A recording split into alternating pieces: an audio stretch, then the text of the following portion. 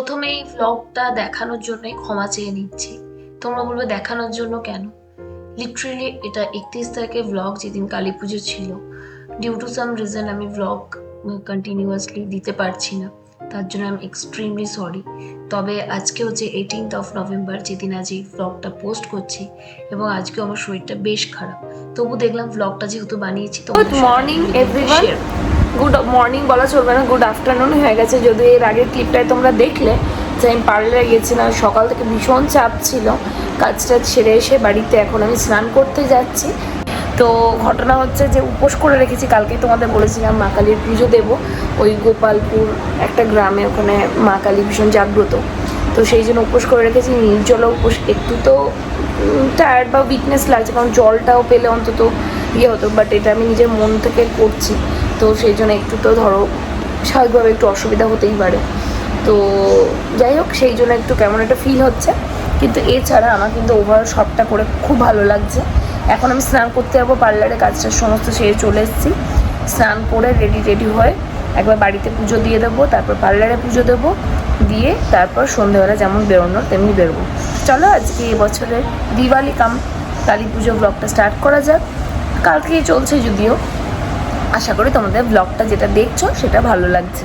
খুবই ধরেছিল, কিন্তু যাই হোক, স্নান টান করে রেডি হয়ে পিঙ্ক শাড়িটা পরে নিচ্ছি। তোমাদের বলেও ছিলাম ব্লগে যে আমি এইভাবে রেডি হব।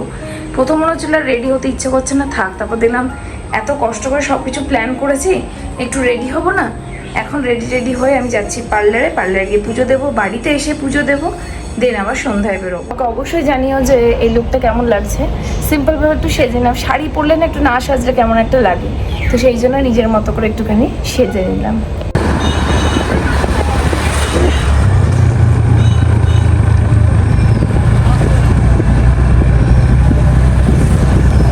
দেখলেই তো রেডি হয়ে গেলাম, রেডি হয়ে একদম চলে গেলাম বাজারে।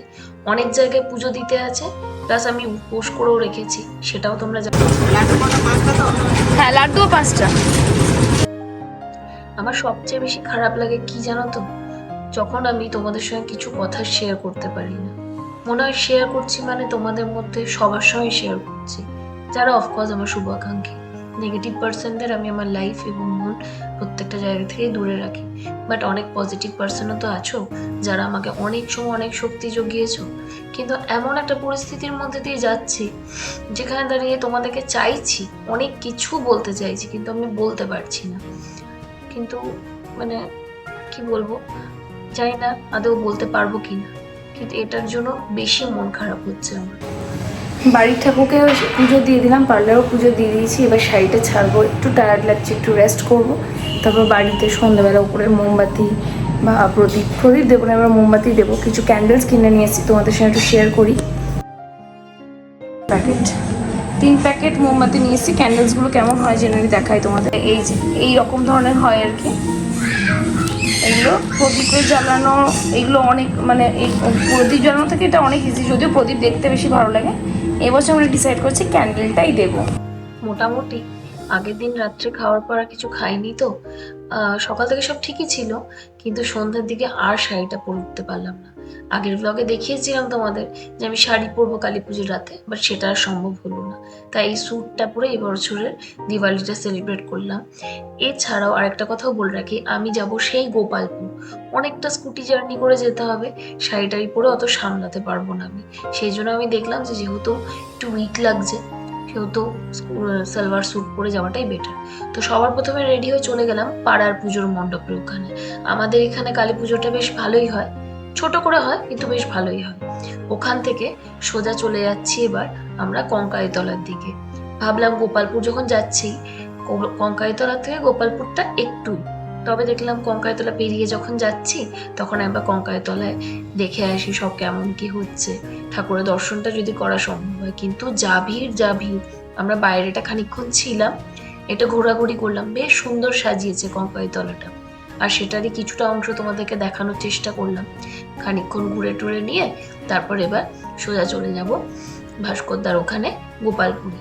তো যাই হোক, মনের এমন আপস অ্যান্ড ডাউনস চলছে, আর বারবারই বলছি, খারাপ লাগছে যে এরকম একটা ইম্পর্টেন্ট কথা তোমাদের সঙ্গে আমি শেয়ার সবাই মিলে যাচ্ছি গোপালপুর। তার আগে কঙ্কালতলা এখানে দাঁড়ালাম। গোপালপুরেই এবার আমার মানে উপসের পুজোটা দেওয়ার আছে আর কি। আর আমি তো শাড়ি পরা প্ল্যান করেছিলাম, কিন্তু শরীরটা ঠিক লাগছে না বলে স্যুটটাই পরলাম। আর স্যুটটা কমফোর্টেবলও হচ্ছে, এই জন্য চল আবার সফরে লেগে পড়ি। সবাই মিলে আছে, ভাই আছে, অভিক ভাই আছে, সুদীপ্ত আছে, ইউলি আছে, সবাই আছি আমরা। এই দেখো, কথা বলতে বলতে এদিকে আমি গোপালপুর চলে এলাম। আর এটা হচ্ছে ভাস্করদার বাড়ির বাইরেটা। আসলে বাড়ির বাইরেটার দিকটা অন্ধকার বলে খুব একটা ভালো করে দেখাতে পারলাম না, তবে ওখানে গিয়ে দেখছি সে কি আয়োজন। আর আমার অবস্থা তো আরো খারাপ, এত খাবার দেখে লোভ লাগছে কিন্তু খেতে তো পারবো না। যাই হোক, দাদারা ওখানে খুব যত্ন করে সবাইকে খাওয়ালো দাওয়ালো, তারপর ওখানে ঠাকুরের কাছে চলে গেছিলাম। ওখানেও দেখছিলাম মায়ের মূর্তি তো তোমাদের দেখালামই, কি যে সুন্দর কি বলবো। কিন্তু এছাড়াও ওখানে প্রোগ্রাম হচ্ছিল, গান টান হচ্ছিল আর কি। আর কুয়াশাটা দেখে বুঝতে পারছি, দেখো পুরো অন্ধকার, চারিদিক কুয়াশা। শিয়াল, আর শিয়ালটা তখন তোমাদের দেখাতে পারলাম না, শিয়াল দেখলাম আমরা, তখন ক্যামেরাটা অন করে রাখলে ভালো হতো। বাড়ি ফেরার পথে বোলপুরেও একটা ঠাকুর দেখলাম। এটা মনে হয় কাছাইপট্টির ওই সাইডের ঠাকুরটা, আমি ঠিকঠাক তোমাদের বলতে পারছি না, মেবি যদি আমি ভুল হয় তাহলে কিন্তু প্লিজ তোমরা আমাকে একটু কারেক্ট করে নাও, কারণ লোকেশনটা আমি প্রায় 12:40 আর এইমাত্র জাস্ট বাড়ি ঢুকলাম। ভালোভাবেই কাটলো আজকে সন্ধ্যেটা, কিন্তু উপোস তো একটু ধরো তার জন্য অসুবিধা হওয়াটা খুব স্বাভাবিক। তো যাই হোক, এইমাত্র জাস্ট চেঞ্জ করে ব্লগটা আজকে আমি এখানে এন্ড করছি। কালকে আবার ফ্রেশ ব্লগ থেকে তোমাদের সঙ্গে কথা বলবো। তার কারণ হলো ব্লগটা অনেকটা বেশি লং হয়ে যাবে, আর কালকে তোমাদের দেখাবো উপোস কীভাবে ভাঙছি বা না ভাঙছি, যাই হোক আর কি।